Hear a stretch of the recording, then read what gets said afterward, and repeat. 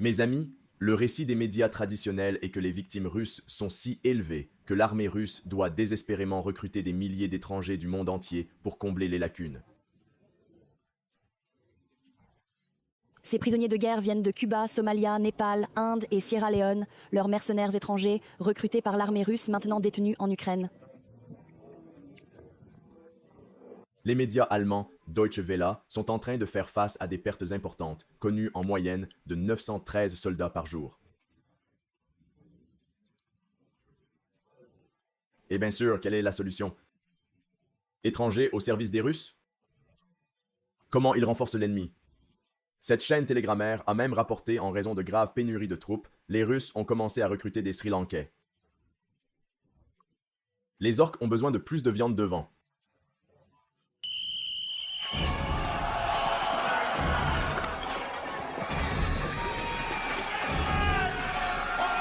Sauf que toutes ces soi-disant nouvelles sont chargées de propagande. Donc aujourd'hui, je vais démontrer beaucoup de ces absurdités. La même chose pour les affirmations selon lesquelles ces recrues étrangères ont une désertion massive et même des mutinations. C'est drôle qu'ils n'utilisent jamais les mots désertion massive quand des milliers de combattants de la Légion internationale quittent simplement le front et sont rentrés chez eux. Cela étant dit, l'histoire de ces recrues étrangères qui ont finalement rejoint les forces armées russes est assez tragique. La plupart d'entre eux viennent de pays pauvres qu'ils ont rejoints non pour des raisons idéologiques, mais pour des raisons financières pratiques afin d'aider à soutenir leurs familles.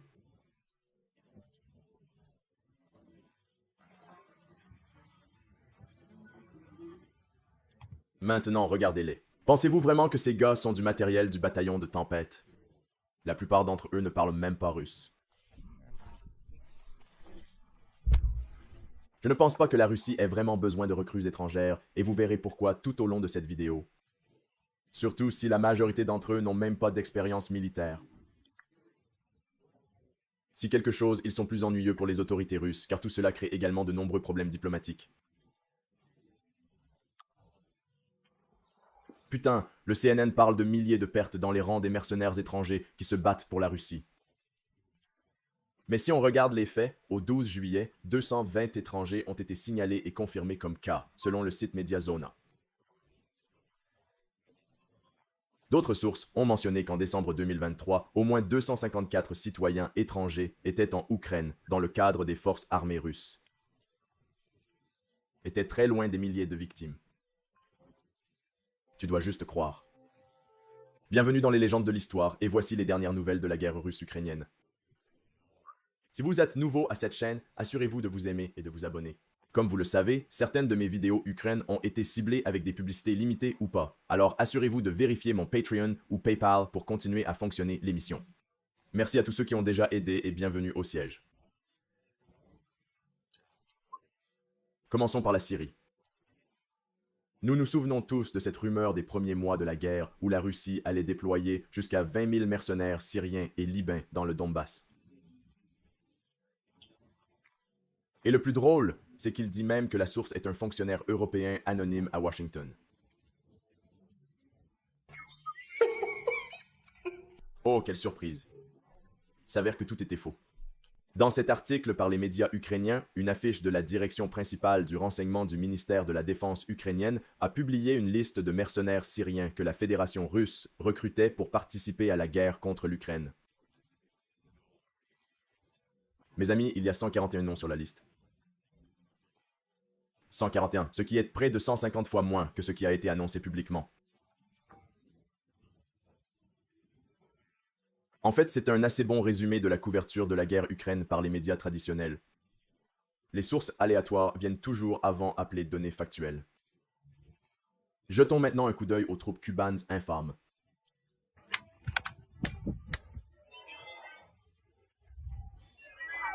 Dans cette vidéo, nous voyons un groupe de 15 à 20 soldats cubains. Ils sont situés dans une base d'entraînement militaire très spéciale, l'une des 106 divisions aéroportées de garde à Tula. Ici, nous voyons une autre équipe d'environ 10 hommes de Cuba.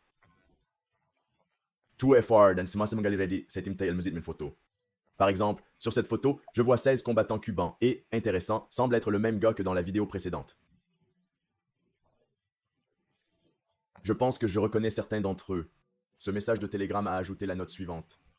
Tout comme les bons vieux jours de la guerre froide, nous sommes avec les Cubans contre les impérialistes occidentaux. En fait, certains des Cubans se sont enrôlés juste à cause de cela, a écrit un sur les réseaux sociaux. Mon père est allé en Angola, tous mes hommes et mes sœurs ont été en guerre, leur chemin. Il se réfère à l'intervention cubaine en Angola. Au cours de la guerre de 1975 à 1991, 300 000 Cubans ont été déployés en Afrique. Au sommet de leur participation, il y avait environ 36 000 Cubans stationnés en Angola. Cependant, cette situation est complètement différente en Ukraine. BBC a en fait écrit un article sur ces mercenaires cubains, comment la Russie alerte les Cubains de guerre avec l'Ukraine ici. Sur cette photo, il est même dit que Marilyn Vinen montre une photo de son fils Denis, qui est allé en Russie pour travailler dans la construction, mais a fini par être dans l'armée à cause de cela. Le 8 septembre 2023, des responsables cubains ont déclaré avoir arrêté 17 personnes en lien avec un présumé plan de traite. Comme vous pouvez le voir, la principale motivation pour aller en Russie est l'argent. C'est pourquoi on peut parler de mercenaires. Les volontaires cubains dans les forces armées russes auraient plus de 2000 États-Unis. Dollars par mois, une énorme somme à Cuba avec le salaire mensuel moyen est inférieur à 50 $. Et si le soldat obtient Kia, la famille à Cuba obtiendra 21 000 Américains. Dollars. En plus de cela, ces recrues étrangères peuvent également obtenir la citoyenneté russe après la fin de leur contrat militaire. Je vous montrerai des parties de cette interview intéressante d'un mercenaire cubain capturé à Marinka. C'est ce qu'il avait à dire.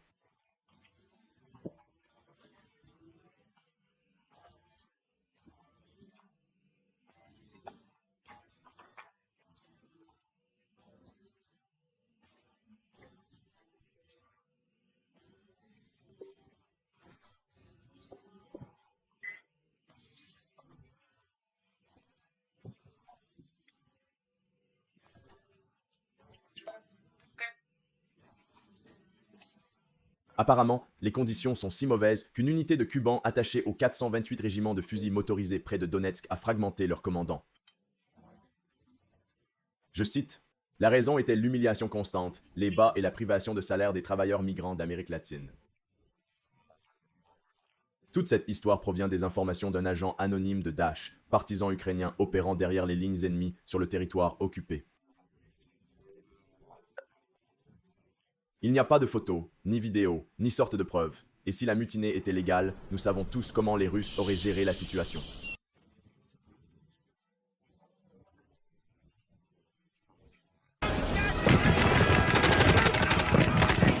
Selon la plateforme pro-ukrainienne Information Nepal, octobre 2023 200, Cubans auraient servi dans l'armée russe. Pendant ce temps, les Reuters pourraient confirmer la présence de 119 citoyens cubans dans la zone d'opération. Le Temps a parlé à un groupe cubain de défense des droits de l'homme à Miami, et ils ont pu suivre 746 recrues cubanes. Il semble qu'il y ait suffisamment de nombreux pour former toutes les unités cubanes. Par exemple, celui qui a été souscrit en Marinka a dit qu'il y avait 35 Cubans dans son peloton. À partir de 2024, on pense que l'un des commandants cubans est considéré comme Lázaro González. Dans une interview spéciale à la radio, il prétend même avoir 90 Cubans sous son commandement. Le représentant du ministère ukrainien des Affaires étrangères en Amérique latine et dans le Caribe a déclaré au Wall Street Journal qu'il y avait environ 400 latinos dans l'armée russe. Nous pouvons donc supposer avec toute sécurité que la majorité d'entre eux sont des Cubans, mais il y a aussi des Colombiens, des Mexicains, etc. Ce qui est intéressant, c'est que la plupart de ces mercenaires étrangers sont immédiatement envoyés au front de Donetsk, probablement pour remplir les brigades DPR épuisées. On estime que 1500 à 2000 recrues étrangères dans les rangs des forces armées russes depuis le début de la guerre. 3000 max. Si nous l'étirons vraiment comme nous l'avons vu, il existe des unités de taille de peloton de détachement hispanique de 30 à 40 hommes, mais en réalité, de telles unités ethniques sont relativement rares. Spoilers. J'ai entendu dire qu'il y avait aussi un Sri Lankan 1. Bref, chaque recrue étrangère suit une formation de base, et après cela, suit une sorte de sélection à l'aide d'un drone. Le commandant du bataillon évalue les compétences militaires de chaque recrue dans diverses tâches. Ceux qui ont montré les meilleures compétences rejoignent les unités de tempête, les autres sont attachés à diverses brigades DPR pour des rôles de soutien. Quelque part à l'arrière comme la logistique, creuser des tranchées, construire des drones, préparer du café.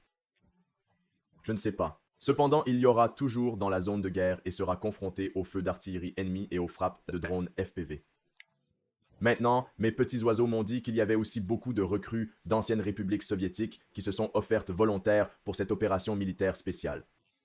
D'après ce que j'ai lu, c'est principalement des citoyens du Tadjikistan et d'Ouzbékistan et quelques-uns du Kazakhstan. Maintenant, contrairement aux autres recrues étrangères, l'avantage est que la majorité des Asies centrales parlent russe. Par exemple, ici vous pouvez voir un soldat russe du Tadjikistan parler de son expérience au front. Dans le même temps, les Ukrainiens ont publié cette vidéo de Bounia Djoraïev, 20 ans du Tadjikistan, qui leur a rendu en novembre 2023.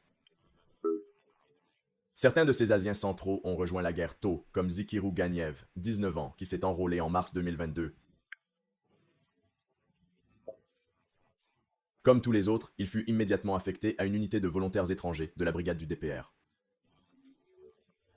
Il a été blessé par des éclats vers juin 2023, mais il a dit qu'une fois qu'il reviendra debout, il reviendrait au front.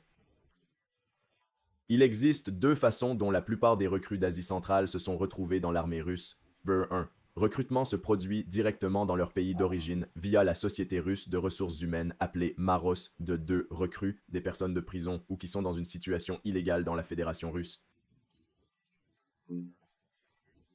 En 2019, environ 1,2 million de marqués résidant en Russie, plus un nombre inconnu de migrants sans papier.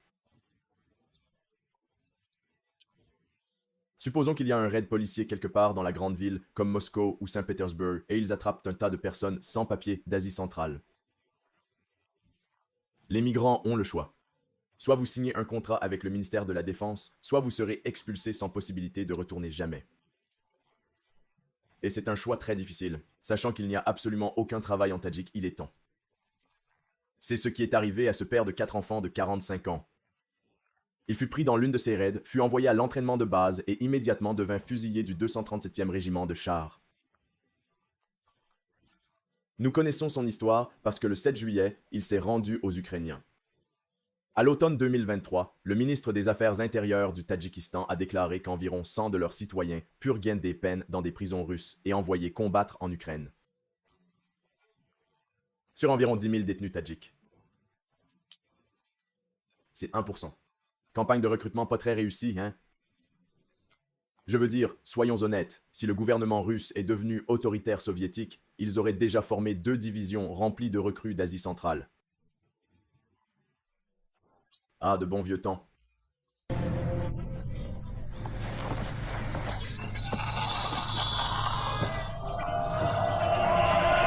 Et il est difficile de dire combien d'Asie centrale se battent dans les forces armées russes, car nous pouvons voir quelques centaines avec certitude selon des sources ukrainiennes.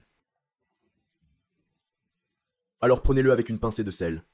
Au 20 décembre 2361, dont les dos et 50 étiquettes étaient en avant dans le cadre de l'armée russe. Je suppose qu'au moins la moitié de toutes les recrues étrangères des forces armées russes viennent d'Asie centrale. Maintenant, puisque nous parlons de l'Asie, parlons de la Chine, le meilleur allié de la Russie.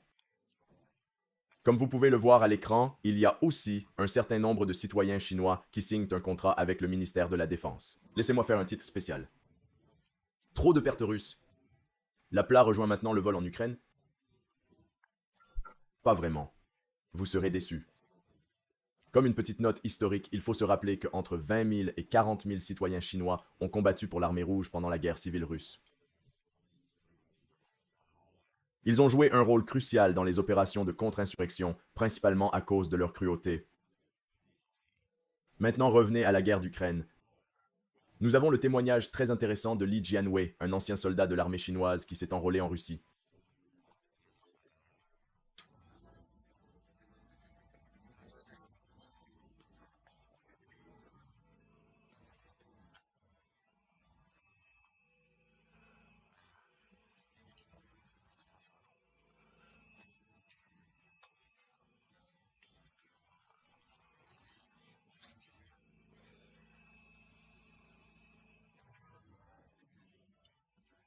Puis il y en a un autre appelé.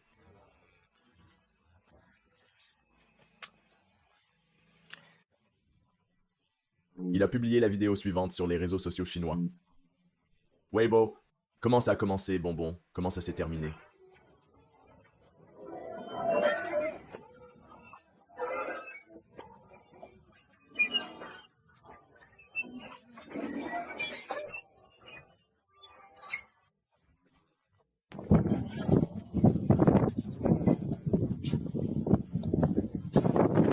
Selon les dernières nouvelles, son fils a quitté son unité, donc il est déserteur et a tenté sans espoir d'obtenir de l'aide de l'ambassade chinoise, mais ils lui ont essentiellement dit qu'il devait terminer son contrat avant de rentrer chez lui.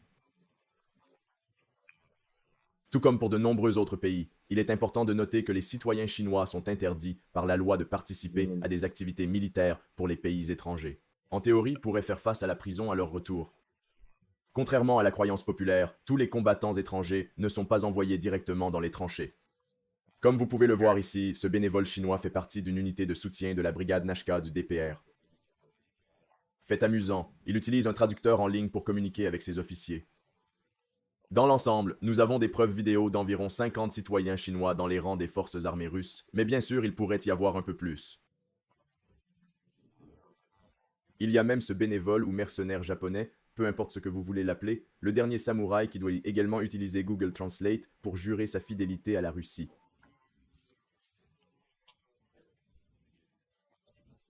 Peut-être si les Russes étaient un peu plus organisés, ils auraient pu suivre l'approche de la Légion étrangère française et s'assurer que toutes les recrues étrangères apprennent suffisamment de russe pour comprendre les commandements de base et travailler dans des équipes de combat avant d'aller au front.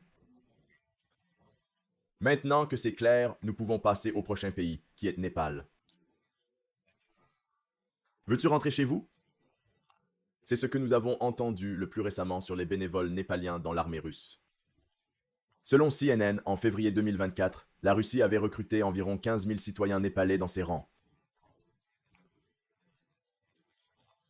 En connaissant les Gurkhas féroces, si c'était vrai, ce serait déjà Gigi. Bien joué pour l'Ukraine. Combien combattent réellement en Russie? J'ai lu que 700 familles ont demandé au gouvernement de l'aide pour ramener leurs proches chez eux du front, donc peut-être jusqu'à 700 combattants népalis. Dans le même temps, d'autres sources affirment que Moscou a pu attirer 150 à 200 citoyens népalais dans sa structure militaire de pouvoir.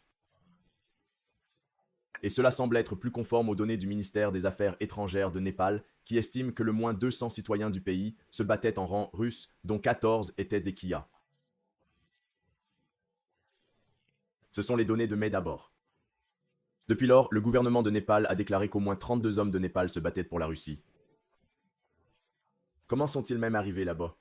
Eh bien, depuis février 2022 1700, les Népalais sont allés en Russie avec des visas d'étudiants ou de travail. Comme la plupart des recrues étrangères, la plupart se sont jointes pour l'argent. L'expérience de M. Shahi confirme essentiellement tout ce que nous avons entendu auparavant. Il gagnerait 2200 $ par mois en tant que soldat contractuel et obtiendra la citoyenneté russe en récompense pour son service. À partir de cet article de l'époque de New York, il y avait des centaines de Népalais sur la base. M. Shahi a également mentionné qu'il n'avait reçu que 2 semaines d'entraînement, ce qui est similaire à l'expérience de Ganesh, 35 ans.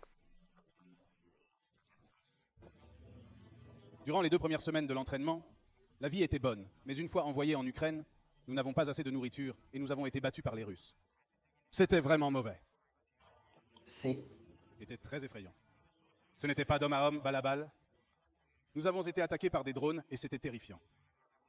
Le fait est que les Russes ont leurs troupes de la même manière. Oui, 2 semaines de formation de base semblent extrêmement faibles. Cela me fait croire que ces hommes n'étaient même pas destinés à assumer des fonctions de première ligne, mais des rôles de soutien à l'arrière. Puis sont venues les histoires de comment ils ont échappé à la fraude. Après le barrage d'artillerie ukrainienne en décembre, M.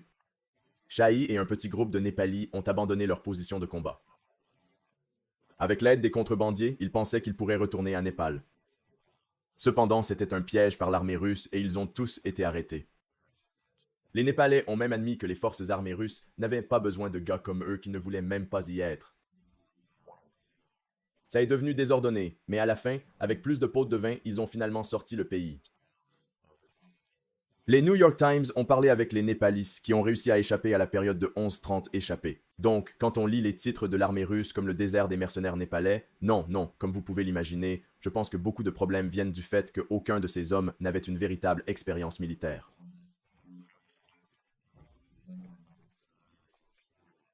En comparaison, dans un article du Diplomate, nous avons appris qu'un vétéran de l'armée Népal, travaillant comme garde de sécurité à Dubaï, avait été approché par des recruteurs russes.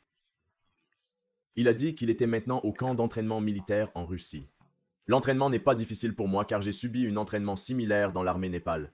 Mais il a également dit que les armes ici sont plus modernes que ce que j'obtiendrais lors de l'entraînement de l'armée de Népal. C'est à ce moment-là qu'il a cessé de répondre aux questions du journaliste. Donc l'expérience varie vraiment d'un individu à l'autre. Outre la police, il y avait aussi un nombre important de recrues de l'Inde et de la Sri Lanka. Le 30 mai, Reuters a rapporté que les titans de Sri Lanka contrôlaient pour empêcher les hommes d'être trompés dans les combats ukrainiens. Et drôle de comment les agences de presse du monde entier utilisent les mêmes mots-clés. Attirés trompés par des recruteurs russes. Je comprends. Peut-être que les conditions étaient ombrageuses, mais en même temps personne ne les a forcés à voler pour Moscou. Je ne sais pas, je suis peut-être trop dur. Qu'en penses-tu? Finalement, les autorités népaliennes ont reçu des plaintes d'environ 280 familles. Finalement, les autorités sri-lankaises ont reçu des plaintes d'environ 280 familles. Nous pouvons penser que 280 de leurs citoyens sont allés combattre en Ukraine pour la Russie.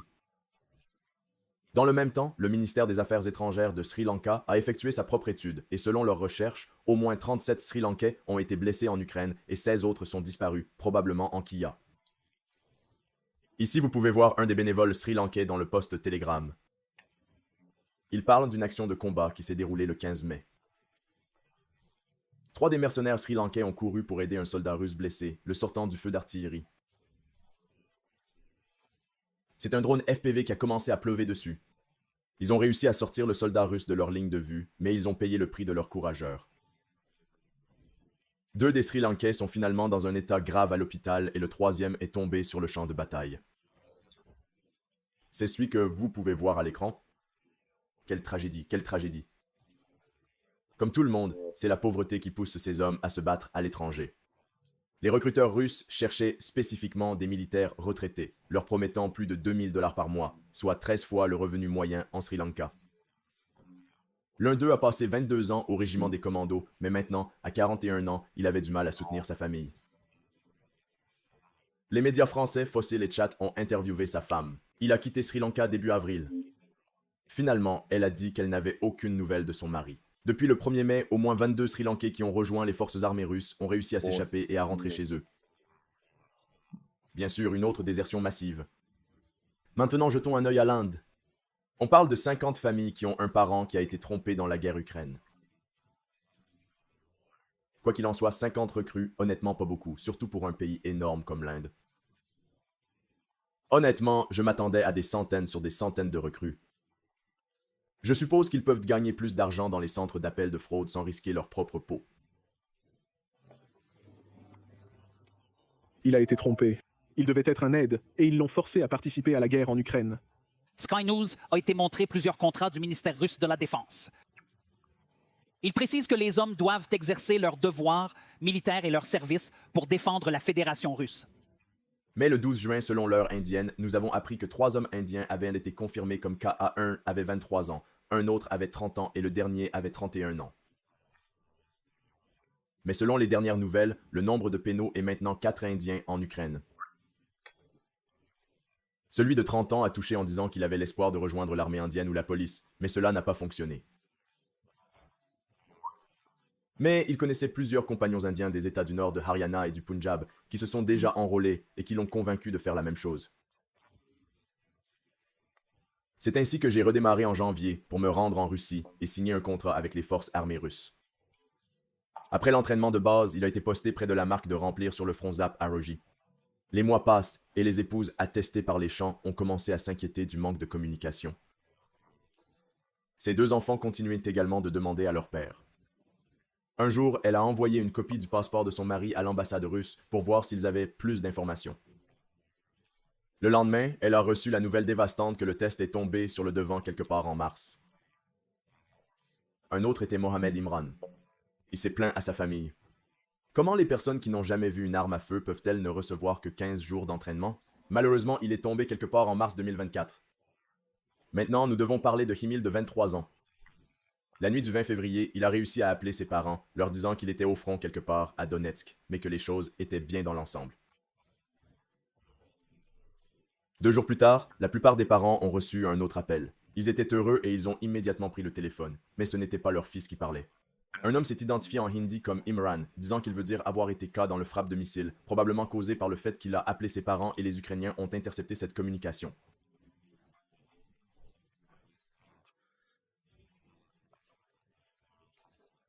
Nous allons terminer cette vidéo avec les recrues emblématiques d'Afrique. Regardez ce message de Telegram. Il est dit sur cette photo que vous pouvez voir 4 membres de l'armée russe qui ont été capturés. La curiosité est qu'il y a parmi eux un soldat africain.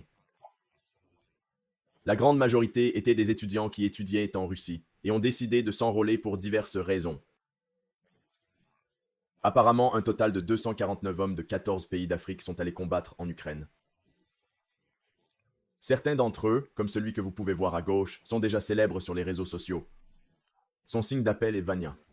Il vient de Nigeria et il est maintenant un artillerie qui était étudiant à l'Université Polytechnique de Varonius et maintenant il est attaché à la brigade Tarek de l'époque Shaka, le corps d'assaut volontaire qui a remplacé la marche de PMC avec Vanya. 3 autres étudiants étrangers se sont également enrôlés, 2 Syriens et un Égyptien. Voici un autre soldat nigérien de la région de Biafra. Reuters a enquêté sur l'histoire de 3 Africains qui vivaient en Russie, un de Zambie, un de Tanzanie et le 3e de Côte d'Ivoire pour divers crimes. Ils ont tous fini en prison mais ont rejoint Wagner lors de la campagne massive de recrutement de détenus. Le 22 septembre 2022, celui de Zambie est tombé lors de l'assassination dans une tranchée ukrainienne. 1 mois plus tard, le Tanzanien tomba ainsi que celui de Côte d'Ivoire. Il a terminé son contrat de 6 mois puis a quitté l'armée. Le 11 janvier, les Ukrainiens ont capturé ce soldat somalien près de Marinka. Essentiellement, il a dit que de nombreux étrangers ne comprenaient pas immédiatement qu'ils se sont enrôlés dans l'armée et non pas une sorte de travail de sécurité. De toute façon, voici ce qu'il avait à dire. Alors quand j'ai demandé un visa de tourisme russe en Kenya, en 1 semaine, je l'ai reçu. Je travaille presque pendant 3 à 2 mois, et après 1-2, le paiement n'est pas bon. Presque le même paiement dans Somalia 1540. Après cela, j'ai vu la science partout en Russie sur l'armée. Je ne savais pas que c'est l'armée. Je pensais que c'était un travail de sécurité ou quelque chose comme si vous pouviez gérer avec. J'ai appelé le numéro. Ils m'ont donné un emplacement. Je suis allé à cet endroit. En décembre 2023, la station de radio Kurmi, basée à Mogadiscio, a rapporté qu'au moins 8 citoyens somalis avaient été recrutés de force dans l'armée russe pour combattre en Ukraine. Encore une fois, ce n'est pas autant. Oh mon Dieu, en fait, je me souviens de cette vidéo de fin décembre, et nous voyons le soldat Mohamed Adil dans l'interview.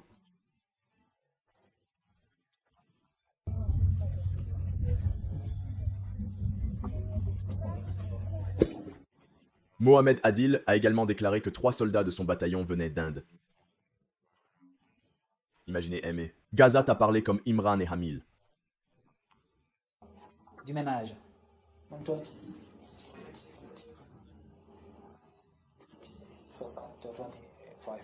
Finalement, on peut dire avec toute sécurité que l'expérience de la Légion internationale de la Russie a été un échouement. Nous pouvons parler du processus de recrutement ombrageux qui a conduit à de nombreux problèmes diplomatiques avec les alliés russes.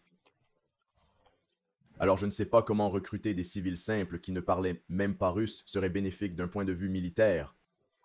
C'est tout ce que j'ai pour toi aujourd'hui. Faites-moi savoir dans la section des commentaires ce que vous pensez de mon analyse. Si vous avez besoin de cette chaîne, assurez-vous de vous aimer et de vous abonner. Et si vous voulez soutenir mon travail, assurez-vous de l'appeler mon PayPal personnel. Le lien se trouve dans la description ci-dessous.